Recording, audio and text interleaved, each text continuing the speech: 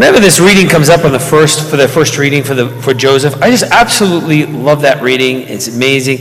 But it's a little longer, so I'm going to give a little introduction for those who might not be familiar with Joseph. As you know, Joseph was the son of the 12 tribes of Jacob. So Jacob, Israel, had 12 descendants. And then, from the story, maybe the Technicolor, you sort of know the story that, but anyway, the other brothers were all very jealous, and so they sell little Joseph into slavery, right? So this idea, and to think that the brothers were so jealous of their relationship, of that youngest brother who seemed like their father loved him so much better than the rest of us. Like we used to say that as kids, Mom, you love Ken more than you love us. We know that. That kind of thing. Is which one do you love the most? Because all children realize that parents have their favorites, right? Well, anyway, the idea was that Joseph was the favorite, and he was youngest. And so what happened is that the brothers were going to kill him, but they didn't. Rather than kill him, the other brothers felt a little bad about that, as they should, right? Try and kill your brother because you're jealous. So they end up throwing him into a cistern and then eventually sell them to the Ishmaelites, and then ends up going into slavery. Poor Joseph. Now, in our world right now, we'd be like, oh, that's so awful, terrible. I mean, how could they be so mean? But in God's world, the story isn't over, right? And so, of course, then he goes into Egypt, and then he becomes a dream teller and all of that, and in Pharaoh's favor, and now he is in charge of the distribution of food in times of famine. So first he suffered terribly, which is awful, but because of things, he's now part of representing Pharaoh. And those other brothers are in a place of famine. So where do they have to go to get food? Of course, to Egypt. They have to go get food in Egypt, and who's distributing the food? Joseph. So there are these brothers, but they don't recognize him because many years have passed and a lot has happened.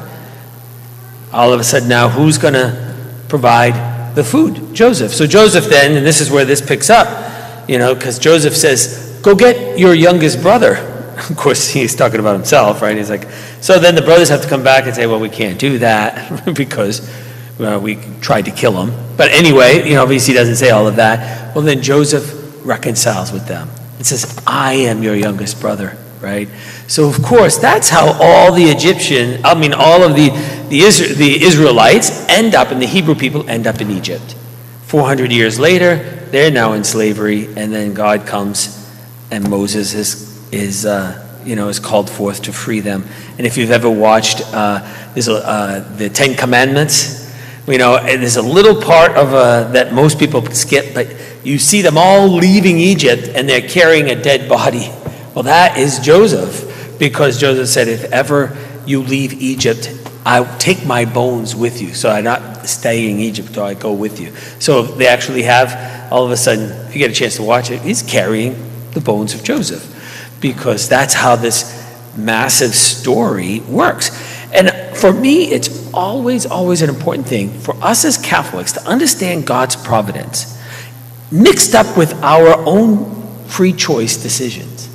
That there's a mystery here about how we make decisions, good or bad, sometimes very evil, sometimes very wrong, right? But that is not the end of the story with God. That God somehow works with all of our decisions for his providence and his will to come about.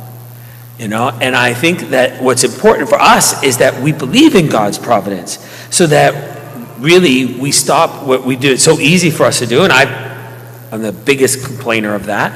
That when I don't like things happening, I complain and I gripe and I do all kinds of kind of nasty, like, I can't believe they're doing that, and who do they think they are, and I can't believe they treated me this way, and I can't believe that.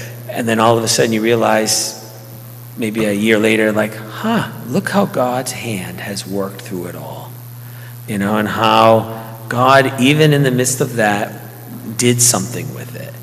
And that's, I think, a very important story for me, because there's so much it's hard to accept, whether it's in our government, whether it's in our world, whether it's in our church, in our families, in our workplace that we don't understand fully. But, we don't know how God's going to work with all of this, and how God's going to make all of this happen, and how his goodness is not thwarted, and that in spite of our bad decisions at times, and included with our good decisions, God makes things happen toward his good. All things work toward his good, even if it means, as we used to call, a long cut. You have to call a shortcut. The shortcut way is there. And then we say, well, what's the opposite? Well, it's the long cut, which of course doesn't make any sense. But anyway, the idea, but we used to call it, let's take the long cut. So instead of the shortcut. But the weaving in and out of God's work, in the midst of all of the decisions that we make, that we trust that God's got this, and the Gospels and the Bible continues to show stories of that.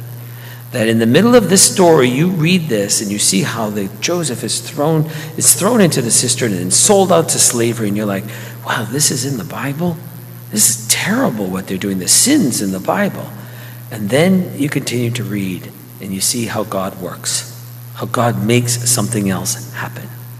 And of course, the primary story of that, for us, the most significant, is obviously the crucifixion.